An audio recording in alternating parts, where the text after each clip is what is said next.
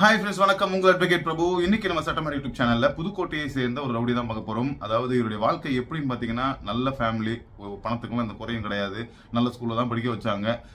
இவர் வந்து சில பேர் செயற்கையால் அழிவாங்க இல்லையா, இவர் செயற்கையால் அழியல, இவருடைய கோவத்தால தான் அழிஞ்சிருக்காரு. அதாவது 7ஆம் கிளாஸ்லயே கோவம், வாதியார் அடிக்கிறது, திருப்பி 8ஆம் கிளாஸ்ல கோவம், பிடி வாதியார் அடிக்கிறதுன்னு சொல்லி படிப்பே நிறுத்திட்டு அந்த கோவத்தால. நல்ல பாசம் தான், நல்ல பண்புள்ளவர் தான், நம்ம நண்பர்களுக்கு தான் பிரச்சனைன்னு சொன்னா டக்குன்னு வந்து நிப்பாரு. நல்ல படிப்பு வேற, நல்ல குணமுள்ள மனிதர். ஆனால் ஒன்னே ஒரு பிரச்சனை என்னன்னா, அவரை யாருன்னா கலாச்சிட்டாங்கன்னா கோவம் தலைக்கு மீறி வரும். அதுக்கப்புறம் அடி சாவடி அடிப்பாரு. ஒரு கட்டத்தில் கோவத்தாலே பாத்தீங்கன்னா அவருடைய வாழ்க்கையை இழந்துட்டாரு. ஒரு கட்டத்தில் பாத்தீங்கன்னா அவர் இறந்தும் போயிட்டாரு, கொலையும் பண்ணிட்டாங்க. ரவுடிசம் வேணான்றதுக்கான நல்ல ஒரு காணொலி இது. எதுக்கு எடுத்தாலும் கோவப்படக்கூடாது, டக்குன்னு கை வைக்க கூடாது. இத்தனைக்கும் எந்த கெட்ட பழக்கமும் கிடையாது இவருக்கு. தன் கோவத்தால் மட்டுமே தன் வாழ்க்கையை தொலைத்துக் கொண்டார். துருன்னு கோவப்படாதீங்க, டக்குன்னு எதுவும் போதைக்கு அடிமையாகாதீங்க. யார் சின்ன சின்ன விஷயத்துக்கெல்லாம் கையால் அடிக்காதீங்க, கத்தி எடுக்காதீங்கிறது நல்ல ஒரு எக்ஸாம்பிள். இன்னைக்கு நம்ம சட்டமன்ற யூடியூப் சேனல்ல புதுக்கோட்டையை சேர்ந்த ரவுடி மணிகண்ட பிரபு அவரை தான் பார்க்க போறோம். அதற்கு முன்னாடி நம்மளுடைய சட்டமன்ற யூடியூப் சேனல்ல சப்ஸ்கிரைப் பண்ண பாருங்க, சப்ஸ்கிரைப் பண்ணிட்டு பாருங்க. அதுக்கு பெல் பட்டன் நமக்கு ஷேர் பண்ணுங்க. வாங்க வீடியோக்குள்ள போலாம்.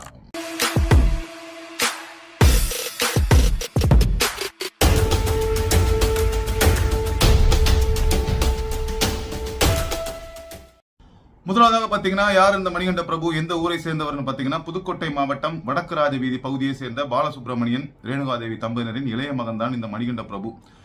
ஆளு நல்லா 6 அடிக்கு நல்லா கெத்தா ஹைட் அண்ட் வெயிட்டா இருப்பாப்புல. எந்த கெட்ட பழக்கமும் கிடையாது. அவருடைய ஒரே ஒரு அண்ணன் கூட பிறந்தது சேகர்னு பேரு. அண்ணன் வந்து திருச்சி கோர்ட்ல வழக்கறிஞரா இருக்கிறாரு. அண்ணன் தம்பி இருவருக்குமே பாத்தீங்கன்னா எந்த கெட்ட பழக்கமும் கிடையாது. நல்லா சாப்பிடுவாங்க, என்ஜாய் பண்ணுவாங்க லைஃப், அவ்வளவுதான். மணிகண்ட பிரபு பாத்தீங்கன்னா ஆரம்ப கட்டத்துல சென்ட் மேரிஸ் ஸ்கூல்ல 7th வரைக்கும் படிச்சிருக்காரு. லேட்டா போனார்னு சொல்லி எச்எம் பெரும்பாலும் அடிச்சிருக்காரு, எச்எம் மண்டையை உடைச்சிருக்காரு. முதல் வழக்கு வாங்கிட்டாரு. எங்க படிக்கும்போது பாத்தீங்கன்னா 7ஆம் கிளாஸ்லயே வாங்கியிருக்காரு முதல் வழக்கு.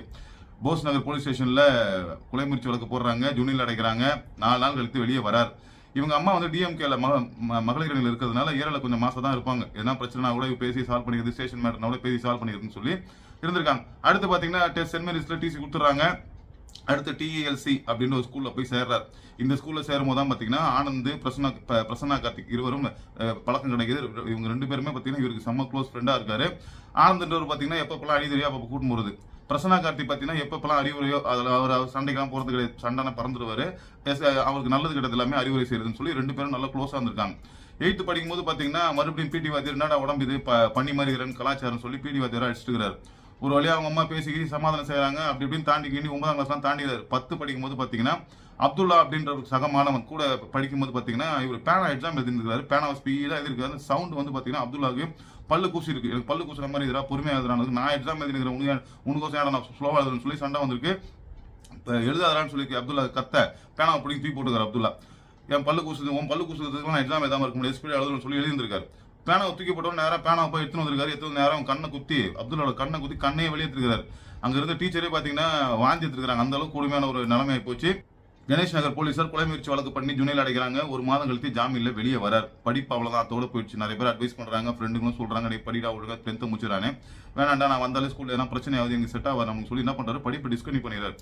கொஞ்ச நாள் பாத்தீங்கன்னா அம்மா கூட இருக்க கட்சி பணி, எலெக்ஷன் டியூட்டி, அப்படி இப்படின்னு சொல்லி கட்சி மேடையில பேசுறதுன்னு சொல்லி கட்சி ரீதியாக பணியெல்லாம் செஞ்சுட்டு தான் வரார். ஒன்னும் பிரச்சனை தான் போயிட்டு இருக்கு. கரெக்டா பாத்தீங்கன்னா 2009 ஆகஸ்ட் 23 கட்சி சார்பா என்ன பண்றாங்க, கிரிக்கெட் மேட்ச் நடத்துறாங்க. பசங்க நிறைய கூட்டமா இருக்கிறாங்க. அப்போது பாத்தீங்கன்னா ஸ்கூல்ல கண்ணம் கொண்டு விட்டார் இல்லையா ஒருத்தர், அப்துல்லான்றவர். இவரை பாக்குறாரு. நீ நல்லா ஆம்பளை இருந்தா வாடா, எங்க ஏரியாவுக்கு வாடா, கலீப் நகருக்கு வாடா, கொஞ்சம் தைரியம் இருந்தா வாடா சொல்லி கூப்பிடுறாரு. இவர் என்ன பண்ண நேரம் இவர் ஃப்ரெண்டு வீட்டுக்கு போறாரு. வண்டி எடுத்து நேரம் போய் பிரச்சனை காத்துக்கிட்டு மச்சான் வா மச்சான் போய் சாப்பிட போனான்னு சொல்லி கூட்டினேன். நேரம் சாப்பிடறதுக்கு போகாம இந்த ஏரியாவுக்கு கலீப் நகருக்கே போறாரு. இவர் கூப்பிட்டாரு இல்லையா, இவரு இப்ப போய் பார்த்தோன்னு பார்த்தா 40 பேர் அவன் கத்தி கம்பெனி பயங்கரமா நின்னுங்கிறாங்க வெட்டுறதுக்கு எப்படின்னா சாட்சின்னு சொல்லி. பிரவீன்குமார் பிரசன்னா கார்த்திக் பார்த்தோன்னே அள்ளு கிளம்பிச்சு ஓட்டுக்கிறாரு. அங்கிருந்து இவர் என்ன பண்றாரு, மணிகண்ட பிரபு என்ன பண்றாரு, பக்கத்துல இருக்க வீடு கட்டி இருக்கும்போது செங்கல் ஃபுல்லா அடிக்க வச்சிருக்காங்க வீடு கட்டுறதுக்காக.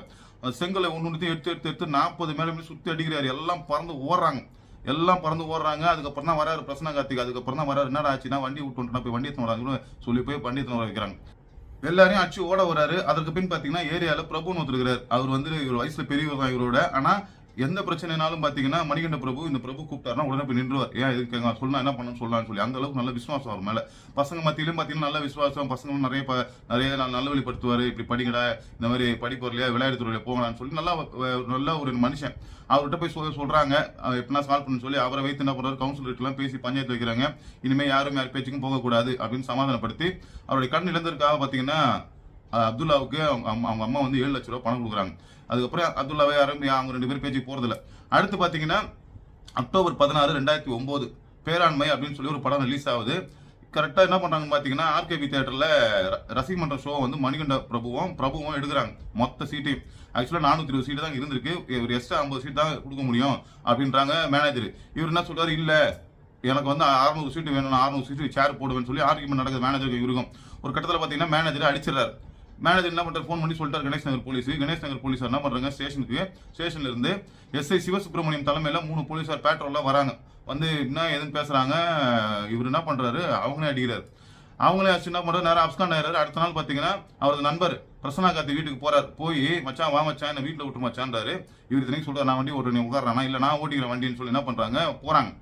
போயிட்டே இருக்கும்போது பாத்தீங்கன்னா ஒரு பஸ்ஸை ஓவர்டேக் பண்ணி போறாங்க. பஸ்ஸுக்கு வழி கொடுக்காம அப்படியே போயிட்டே இருக்காங்க. பஸ் டிரைவர் என்ன பண்றாரு, மணிகண்ட பிரபுவை திட்டுறாரு. அதாவது அம்மா தப்பா பேசி திட்டுறாரு. பயங்கர கோவம் ஆயிடுது இவங்களுக்கு. இவர் நேரம் என்ன பண்றாரு, போயிட்டு பஸ் முன்னாடி வண்டி நிப்பாட்டிடுறாரு. நிப்பாட்டினோட பஸ் இடிச்சிச்சு. வண்டியில இடிச்ச உடனே பாத்தீங்கன்னா பிரசன்னா கார்த்திக் என்ன பண்றாரு, டயர் முன்னாடி வந்துறாரு. உடனே மணிகண்ட பிரபு என்ன பண்றாரு, சட்டையை கழட்டிட்டு ஒரு பஸ்ல உள்ள ஒரு இரும்பு ராடை எடுத்து சம்மாடி அடிக்கிறாரு. நேரம் போய் டிரைவர் அடிக்கிறாரு. டிரைவர் அடிச்சு முடிச்சதுக்கு அப்புறம் பாத்தீங்கன்னா கண்டக்டரே அடிக்கிறாரு. எல்லாம் தெரியும் 2 பேருமே கை வச்சா என்ன ஆகும்னு. ஒரு 5 மணி நேரம் மறியல் போராட்டம் பயங்கரமா பண்றாங்க. அங்க வர்ற எல்லாம் 22 பேரையும் அச்சு ஓட விடுறாரு. இந்த சூழ்நிலை பாத்தீங்கன்னா மணிகண்ட பிரபுவின் மாமா பல்லங்குளம் பகுதியை சேர்ந்த முத்துசரணன் என்பவருக்கு தகவல் கொடுக்குறாங்க, இந்த மாதிரி பிரச்சனை போயிட்டு வாங்கன்னு சொல்லி. உடனே என்ன பண்றாரு, அவரும் திமுக தான், நல்ல பிரபலம் தான் அவரும் ஏரியால. ஸ்பாட்டுக்கு வராரு, தடுக்கிறாரு. அவரையும் அடிக்கிட்டு போறாரு இவரு. அவங்க மாமாவையும், நீ எது தடுக்க வர, அவங்க நம்ம அம்மா போய் தப்பா பேசுறாங்க, போய் கத்தி எடுத்துமா, இவங்க எல்லாரும் இங்கே வெட்டி சாட்சின்னு சொல்லி பயங்கரமா கத்துறாரு. அவங்க மாமாவையும் அடி போறாரு. இவங்க எல்லாரையும் வெட்டணும்னு ஒரு பக்கம் கத்திட்டு இருக்காரு. ஒரு வழியா சமாளிச்சு என்ன பண்றாங்க, வீட்டுக்கு கூட்டின்னு வராங்க. வந்து கம்முன்னு தூங்கிறாரு வீட்டுல. 2 நாள் கழித்து பாத்தீங்கன்னா கணேஷ் நகர் போலீசார் அரெஸ்ட் பண்றாங்க. அவங்க அம்மா எவ்வளவு பேசி கன்வின்ஸ் பண்ணி செக்ஷன் மட்டும் தான் மாத்த முடியுது, ஆனா அரெஸ்ட் பண்றதை மாத்த முடியல. புதுக்கோட்டை சப்ஜெக்ட்ல அடைகிறாங்க. 1.5 மாசம் கழிச்சு ஜெயில இருந்து வெளியே வராரு. 2 மாசம் கம்முன்னு ஒண்ணுமே பண்ணல. அவங்க அம்மா கூடவே தான் இருக்கிறாரு, வெளியே எங்கேயும் போல. 2 மாசம் கழித்து என்ன பண்றாரு, நண்பர்களோட சேர்ந்து கிரிக்கெட் பிராக்டிஸ் பண்ணலாம்னு சொல்லி கிரவுண்டுக்கு வராரு. அப்போது பாத்தீங்கன்னா அதே பகுதியை சேர்ந்த ஸ்ரீதர் ஒரு யாருன்னு பாத்தீங்கன்னா வயசுல பெரியவர். நிறைய நல்ல விஷயங்கள்லாம் பண்ணுவாரு. பசங்களுக்கு கபடி மேட்ச் கனெக்ட் பண்றது, ஃபுட்பால் மேட்ச் கனெக்ட் பண்றது, கிரிக்கெட்லாம் ஆர்வத்தை பசங்களுக்கு பிராக்டிஸ் சொல்லி கொடுக்குன்னு சொல்லி நிறைய நல்ல விஷயங்கள் பண்ணுவாரு. ஏழைகளுக்கு உதவுவாரு. நல்ல பணமும் கூட, ஏறல் நல்ல மாசம் கூட. அவர் என்ன பண்றாரு, கூப்பிட்டு மணிகண்ட பிரபுவை கூப்பிட்டு அட்வைஸ் பண்றாரு. ஏன்டா அந்த மாதிரி சின்ன வயசுல ஜெயிலுக்குலாம் போயினுக்கிறேன், ஒண்ணு வாழ்க்கையில படிப்புல கவனம் காட்டு, இல்ல விளையாட்டு துறையில கவனம் காட்டு, இந்த ரவுடிசம் போறது சளித்திரம் போறதெல்லாம் பண்ணாரா அப்படின்னு சொல்லி அன்பா தான் அட்வைஸ் பண்றாரு. அதுக்கு மணிகண்ட பிரபு என்ன பண்றாரு, நீ யார் இதெல்லாம் சொல்றதுக்கு அப்படின்னு சொல்லி என்ன பண்றாரு, நக்கலா பேசுறாரு. அது மட்டும் இல்லாமல் பாத்தீங்கன்னா அடிச்சு அவரை ஸ்ரீதர் அடிச்சு சாகல தள்ளிடுறாரு. இது எதுவுமே பாத்தீங்கன்னா மணிகண்ட பிரபுவின் நண்பர் ஆனந்துக்கும் தெரியாது, பிரசன்னா கார்த்திக்கும் யாருக்கும் தெரியாது. இது அப்படியே போகுது. இவங்க எல்லாம் வழக்கமா உட்காந்து ஒரு அட்டியில போய் எல்லாம் உட்காந்துக்கிறாங்க. மணிகண்ட பிரபு வராரு. வந்தவொடனே பாத்தீங்கன்னா ஸ்ரீதரை அடித்ததை பத்தி எதுவுமே சொல்லலாங்க யாருக்கிட்டையும். வந்தவொடனே பிரசன்னா கார்த்திகிட்ட மச்சான் சாப்பிட்டியாடா, வாடா அவனை குத்துப்பட்டான் வாங்கி தட்டமா வரியாடான்னு கூப்பிடுறாரு. அவங்க எல்லாருடையும் கேஷுவலா பேசிட்டு இருக்காரு. இங்க இப்படி ஒரு சம்பவம் பண்றது யார்கிட்டையும் சொல்லல. இது என்ன ஆகுது பாத்தீங்கன்னா, ஸ்ரீதர் என்ன பண்றாரு, அவருடைய நண்பர் காமாயன்கிற சிவா அவர்கிட்ட போய் நடந்ததை சொல்றாரு.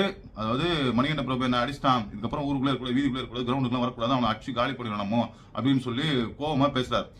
இந்த காமாயன்கிற சிவாவும் பாத்தீங்கன்னா இவர்களுடைய வயல பெரியவர் தான், ஒரு வழக்கறிஞரும் கூட.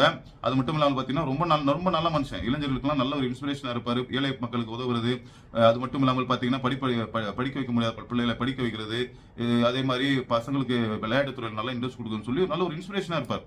இவர்கிட்ட போய் சொன்ன உடனே இவரு சொல்றாரு, சரி வா போய் கேட்கலான்ட்டு என்ன பண்றான், போய் கேட்கறேன் அப்படின்ட்டு என்ன பண்றாரு, நேரம் அங்க வராரு. வந்துட்டு காமார் சிவா என்ன பண்றாரு, நீங்க வாடா மணிகண்ட பிரபு பேசணும் நானே அப்படின்னு. உடனே என்ன விஷயம் சொல்லுங்க. உடனே அப்ப அங்க இருக்கிற இவங்க 2 பேருக்கும் யாருக்கும் தெரியாது, கூட்டத்துக்கு யாருக்குமே தெரியாது, சீதராட்சி தெரியாது. அப்ப என்ன பண்றாங்க, இவரு கேட்கிறாரு, இந்த சிவா காமாங்கிற சிவா மணிகண்ட பிரபு கேட்கிறாரு. உன்னை கேட்ட உடனே அது பீ நக்கலாக சொல்றாரு, நீ யாராச்சாலும் கேட்க வருவே, நீ என்ன அவ்வளவு பெரிய ஆளா, இப்ப இவன் அடிக்கிறேன் நானு, எனக்கு 6 வருஷம் பழக்கம் தான், என் மச்சான் என் ஃப்ரெண்டுன்னு சொல்லி பிரசன்னா கார்த்திகை கை காட்டுறாரு. இவன் அடிச்சாலும் வருவே நீ அப்படின்னு கேட்டவே என்ன பண்றாரு அவரு, ஆமா இவங்க அண்ணன் நானும் ஸ்கூல் மேட்டு, சின்ன வயசுல இருந்து பையனை தெரியும், இவன் நம்ம தம்பி தானே, இவன் அடிச்சா நான் வருவேன்டா அப்படின்னு சொல்லி இவன் அடிக்கிறதுக்கு போற கையை பிடிக்கிறாரு. கையை பிடிச்சதுக்கு அப்புறம் பாத்தீங்கன்னா 2 பேரும் ஒரு கட்டத்துல மாறி ஆர்குமெண்ட் ஆகுது. ஒரு கட்டத்துல 2 பேருமே பாத்தீங்கன்னா அடிச்சுட்டு உருள்றாங்க. இதுல கொடுமை என்னன்னா, அங்க இருக்கிற 40-50 பசங்க உட்காந்துக்கிறாங்க கிரவுண்ட் அட்டி ஏரியால. ஏன்னா எல்லா ஏரியாலும் வருவாங்கல்ல, கபடி விளையாடுறவங்க வருவாங்க, ஃபுட்பால் வருவாங்க, கிரிக்கெட் விளையாட வருவாங்க, எல்லாருமே வருவாங்க. எல்லா அட்டி அங்க நிக்குது. ஆனா எல்லாருக்குமே காமாங்கிற சிவா மேல பயங்கர பாசம். ஏன்னா பசங்க கிட்ட இளைஞர்கள்கிட்ட அந்த ஒரு நல்ல பேர் எடுத்து வச்சிருந்தாரு. ஏன்னா இவரு சண்டிதரம் பண்றதா தெரியும் எல்லாருக்கும். அதனால என்ன பண்றாங்க, இது ஏன் என்னன்னு கேட்காம 40 பேரும் சேர்ந்து செம்ம அடி அடிக்கிறாங்க, சரியான அடி அடிக்கிறாங்க. 40 பேரும் சேர்ந்து கட்டத்துல பாத்தீங்கன்னா குமரன் அப்படின்றவர் பாத்தீங்கன்னா என்ன பண்றாருன்னா பார் வச்சுருக்கிறவர். அவரு முக்கிய புள்ளி என்ன பண்றாரு, கல்லை தூக்கி நெஞ்சில போட்டுறாரு. ஒரு கட்டத்துல தூக்கி அடிச்சுட்டு போயிட்டாங்க, செத்துட்டாங்க நினைச்சு போயிட்டாங்க. அதுக்கு அவ்வளவு அடி அடிச்சுட்டு போயிட்டாங்க. அதுக்கப்புறம் பாத்தீங்கன்னா சந்தோஷம், பிரசன்னா கார்த்திக்னா சேர்ந்து என்ன போறாங்க, வீட்டுக்கெல்லாம் கூட்டு போயிட்டு ஆம்புலன்ஸ்ல ஏற்றி பஸ்ஸை பிடிச்சி ஒரு ஆஸ்பத்திரியில் 2 மாசம் ஆகுது ட்ரீட்மெண்ட் ஆகி சரியாகி வராரு. வந்துட்டு பாத்தீங்கன்னா ஏரியாக்குள்ள இல்ல, கிரவுண்டுக்கு வரல, பசங்களை யாரும் பார்க்கல. அவங்க நேரம் அவங்க மாமா இருக்கிற ஊருக்கு போயிரு, பள்ளங்குளம் ஏரியாவுக்கு போயிட்டு முத்துசரணம் கூட போய் இருக்காரு. கூட இருந்துட்டு அவர் கூட திமுக சேர்ந்தவர் தானே, அவர் கூட கட்சி பணிகள்லாம் ஈடுபடுறாரு. ஏரியா பக்கமே வரல. இதுக்கு அப்புறமா என்ன நடந்துச்சு, அவருடைய பயங்கரமான அசிங்கமாயி போச்சு. 50-60 பேர் அடிச்சுட்டாங்க. நான் விடமாட்டேன்னு சொல்லி அப்பவே கத்தி எடுத்துன்னு காமாங்கிற சிவாவே நான் கொன்றுவேன் உன்னை அப்படின்னு சொல்லி கத்தி நிற்கிறாரு. இதுக்கப்புறம் என்ன நடந்துச்சு, இவருடைய வாழ்க்கை எப்படி புரளப்பட்டது, ரவுடிசம் பண்ணதுனால, கத்தி எடுத்ததுனால எப்படிலாம் லைஃப் போச்சு, இவர் காமாங்கிற சிவாவை கொலை செய்தாரா இல்ல கொலை செய்யலையா, இவரை கொலை செஞ்சுட்டாங்களா, இந்த இதுதான் அடுத்த எபிசோட்ல பார்க்கலாம். அதுக்கு முன்னாடி நம்மளோட சட்டமன்ற யூடியூப் சேனல் சப்ஸ்கிரைப் பண்ணா பாருங்க, சப்ஸ்கிரைப் பண்ணிட்டு பாருங்க. நமக்கும் ஃப்ரெண்ட்ஸ்களை ஷேர் பண்ணுங்க. மீண்டும் அடுத்த காணொலியில் பார்க்கலாம். நன்றி, வணக்கம். Disclaimer: Our YouTube channel Sattamedai does not promote or encourage any kind of illegal activities or rowdyism. The content expressed by the speaker is based on information given directly by the person being spoken about and is published only after their acceptance and permission. The purpose of these videos is to raise awareness among the younger generation. The speaker has no intention to hurt or offend anyone or any caste or religion. The speaker's intention is to share the life stories of dadas and rowdies with youngsters in the hope that they will learn from their experience and avoid engaging in such illegal activities like drug addiction and rowdyism in their own lives. மறுப்பு: நம் சட்டமேடை YouTube channel எந்த ஒரு ரவுடிசத்தையோ சமூக விரோத செயல்களையோ ஆதரிக்காது. நாம் போடும் வீடியோக்களில் வரும் கதைகள் சம்பந்தப்பட்ட நபரே கொடுத்ததாகும். அவர்களது ஒப்புதல் மற்றும் அனுமதியோடு தான் வரும் தலைமுறைக்கு விழிப்புணர்வு ஏற்படுத்த வீடியோ போடப்படுகிறது. இந்த சேனலில் வரும் வீடியோக்கள் ஒரு தனி நபரையோ மதத்தையோ ஜாதியையோ புண்படுத்தும் நோக்கத்தில் இல்லை. நாம் போடும் வீடியோக்களால் தாதா மற்றும் ரவுடிகளின் வாழ்க்கை முறையை இளம் தலைமுறைகள் அறிந்து அதன் மூலம் ரவுடிசம், போதை பழக்கங்கள் போன்ற எந்த சமூக விரோத செயல்களிலும் ஈடுபடாமல் இருக்க உதவும். நன்றி.